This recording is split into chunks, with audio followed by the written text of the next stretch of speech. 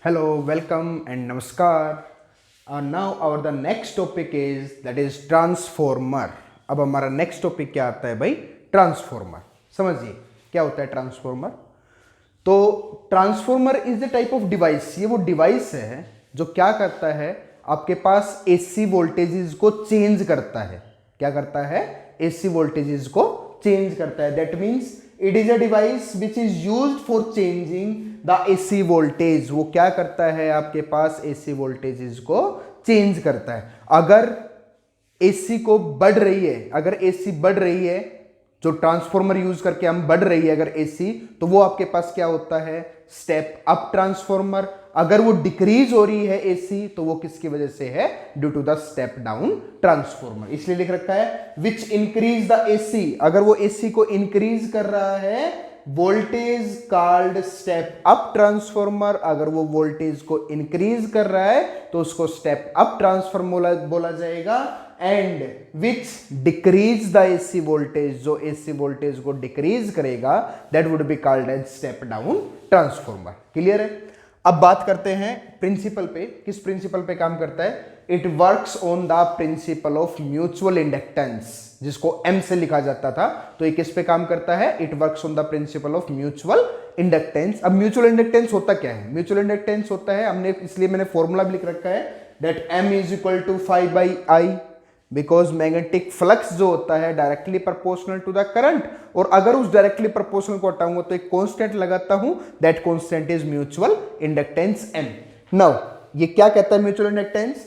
Whenever amount of magnetic flux, जब भी आपके पास जो amount of magnetic flux change होगा, चेंजेस ईएमएफ इज इंड्यूस्ड. क्योंकि जब भी आपके पास मैग्नेटिक फ्लक्स जो चेंज होगा तो वो क्या इंड्यूस्ड करता है? ईएमएफ इंड्यूस्ड करता है. समझ आया? क्लियर है? This is our principle for the transformer. Okay, now construction. अब कंस्ट्रक्शन देखते हैं. ये मैंने कंस्ट्रक्शन किया है. These are the illuminated coils. ये आपके पास वो इल्यूमिनेटेड कोइल्स हैं. That means these are separated by, जो सेपरेट की गई है बाई एन इंसुलेटिंग पैड. कोई भी इंसुलेटिंग पैड है उसको यूज करके इनको सेपरेट करो. दैट मीन्स अलग अलग है. ठीक है? तो इसमें क्या है? दीज P1 एंड P2, ये आपके पास प्राइमरी कोइल्स हैं. ये जो P1 और P2 है ये प्राइमरी कोइल्स है which is connected to the input. जो आपके पास इनपुट एसी जो भी आप वोल्टेज प्रोड्यूस करेंगे उसके साथ कनेक्ट की गई है. तो जो energy in the primary coil हो गया. ठीक है? नाउ जो ईएमएफ प्राइमरी कोइल हो गया. नाउ दिस एनपी, ये एनपी है आपके पास number of turns in the primary coil.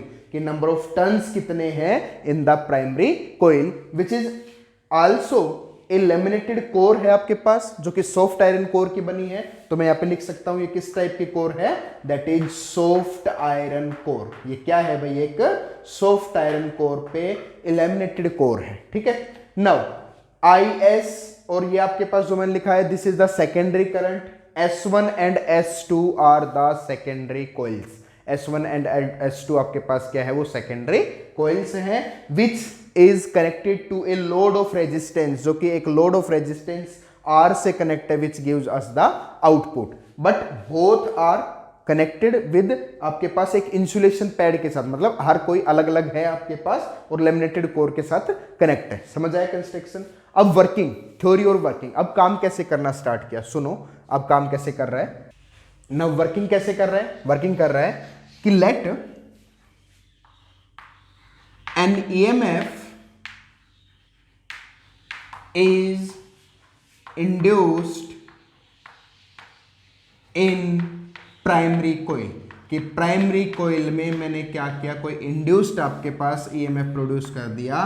That E is equal to, हम क्या मान के चलते हैं? एक अल्टरनेटिंग ईएमएफ ले लिया, E0 sin ओमेगा टी. होता है या नहीं होता है भाई?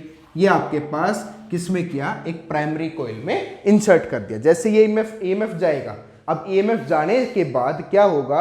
अब जैसे ये प्राइमरी कोइल में इंसर्ट करेगा, प्राइमरी कोइल में इंसर्ट करते ही अब क्या करेगा? ये मैग्नेटिक फ्लक्स बनाना स्टार्ट कर देगा. क्या? किसमें? In the iron core. इस आयरन कोर में मैग्नेटिक फ्लक्स बनाना स्टार्ट कर देगा. अब जैसे ही वो सेकेंडरी कोइल में पहुंचेगा, तो सेकेंडरी कोइल में क्यों पहुंचेगा? ड्यू टू द एक एक्सटेंड हो रही है through the secondary coil extend, जो कि आपके पास सेकेंडरी कोइल भी क्या हो रही है, एक्सटेंड हो रही है। Due to this the magnetic flux जो रहेगा, magnetic flux also extend in the secondary coil.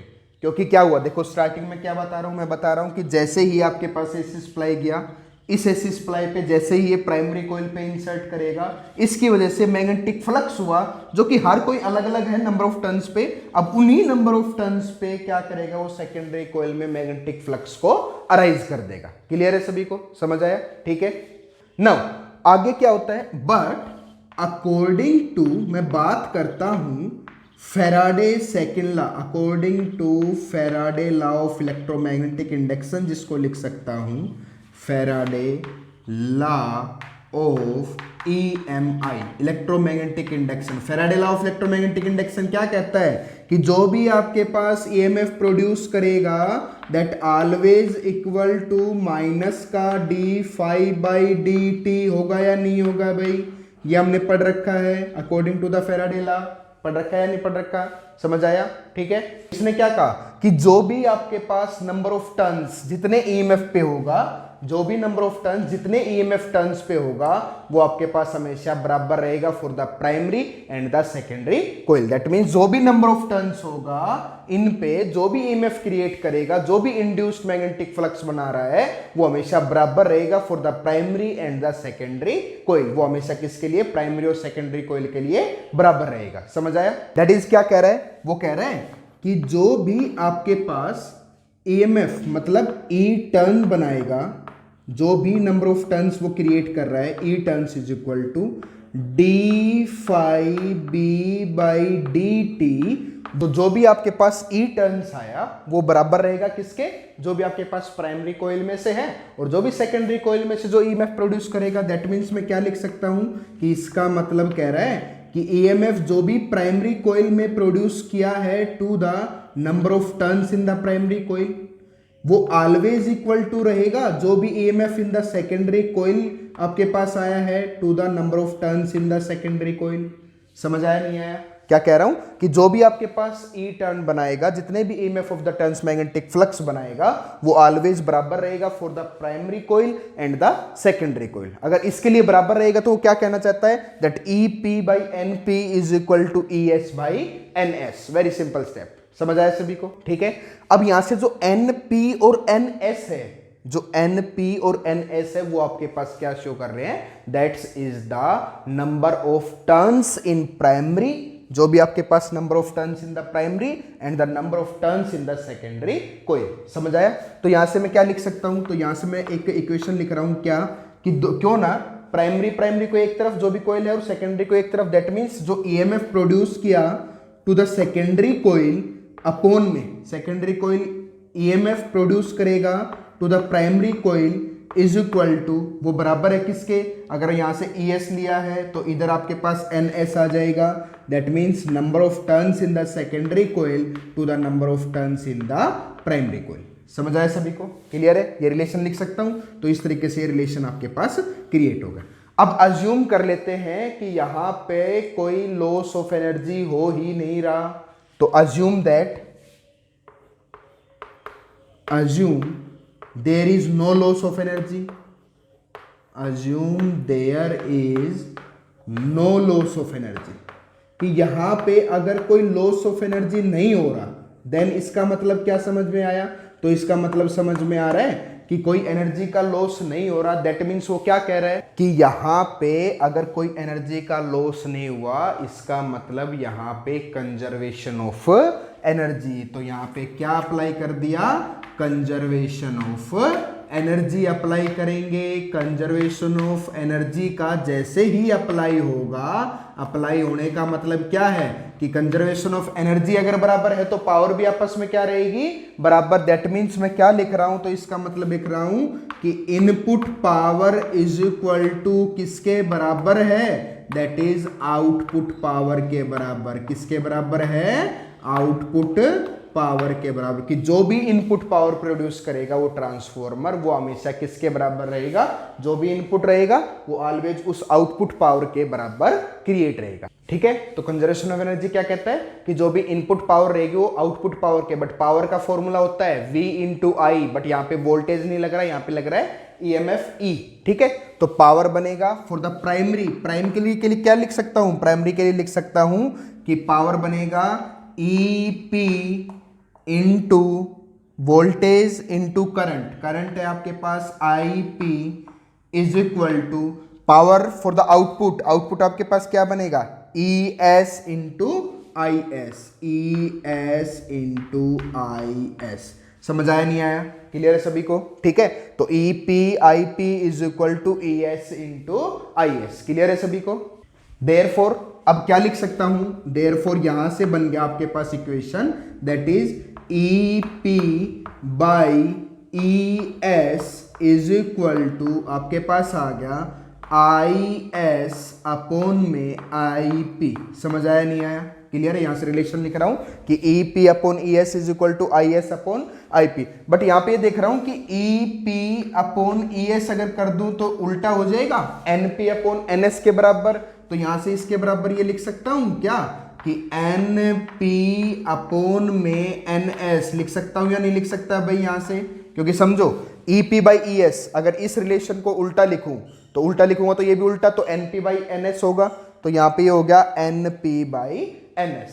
That means number of turns in primary coil to the number of turns in secondary coil is always equal to the current in the secondary coil to the current in the primary coil। अब देखो opposite relation आ गया कि जो भी आपके पास relation रहा है कि प्राइमरी कोइल के साथ EMF जो जनरेट करेगा वो number of turns of the primary के बराबर, सेकेंडरी कोइल में जो EMF जनरेट कर रहा है वो सेकेंडरी कोइल के नंबर ऑफ टर्न्स के, बट जो करंट है वो अपोजिट हो जाएगा कि प्राइमरी कोइल में जो करंट काम करेगा वो secondary due to the change of the magnetic flux की वजह से, जो उनके वो मैग्नेटिक फ्लक्स से लिंक हुआ था। समझ आया क्या? इसको दूसरी फॉर्म में कैसे लिख सकता हूं, इसी तरीके से लिख सकता हूं। देखो यहां पे ये रिलेशन बन रहा है क्या कि ES अगर मैं सेकेंडरी इस फॉर्म में लिखता हूं तो ये बन गया ES, सारा रेसिप्रोकल कर दो, ES by EP is equal to ES by EP, तो यहां पे आ जाएगा IP बाई IS, आया नहीं आया, is equal to, but ES by EP तो किसके बराबर भी है NS बाई NP,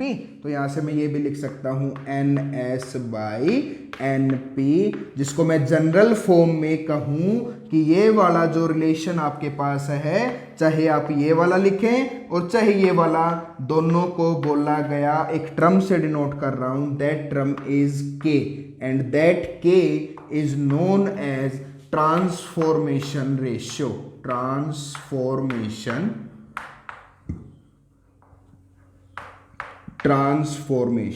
रेशियो। समझ आया सभी को? तो यहां से जो K बचा है वो आपके पास क्या बचा है, ट्रांसफॉर्मेशन रेशियो। और यहां से एक चीज और क्या कि अगर मैं कहूं, अब एक वो बताता हूं क्या कि अगर मैं कहूं कि NS, फर्स्ट बता रहा हूं कि NS अगर ग्रेटर देन कर दिया NP से, या फिर मैं कहूं NS ग्रेटर देन NP, या मैं कहूं ES ग्रेटर देन किससे कर दूं, ES ग्रेटर देन हो जाए EP से, या जो current in the primary coil है वो current in the secondary coil से ज्यादा हो जाए, देन इस स्टेट को मैं बोलता हूं दैट इज क्या भाई, that is called as step up transformer, इसको बोलता हूं स्टेप अप ट्रांसफॉर्मर। और अगर इसकी दूसरी कंडीशन क्या कह दूं कि अब की बार कि अगर NS कम हो जाए NP से, या दूसरे टर्म में कहूं कि ES EMF of the secondary coil less than हो जाए EP से, then this term is known as step down transformer. इसको क्या बोला जाएगा, स्टेप डाउन ट्रांसफॉर्मर। ठीक है भाई, इस चीज का ध्यान रहे, 1 मार्क क्वेश्चन के लिए जरूरी है कि NS number of turns in the secondary is greater than to the number of turns in the primary coils, then it is step up, और अगर नंबर ऑफ सेकेंडरी कोइल कम है और नंबर ऑफ प्राइमरी कोइल ज्यादा है तो वो कहलाता है स्टेप डाउन ट्रांसफॉर्मर। समझ आया सभी को? ठीक है, नोट डाउन कर लीजिए इसको।